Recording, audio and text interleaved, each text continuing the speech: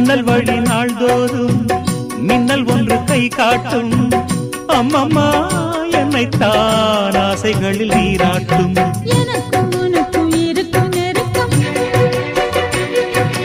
இளமை தொடங்கி முதுமை வரைக்கும். இரவும் பகலும் உறவை வளர்க்கும். இடையில் இருக்கும் தடையை தகர்க்கும். விலகாத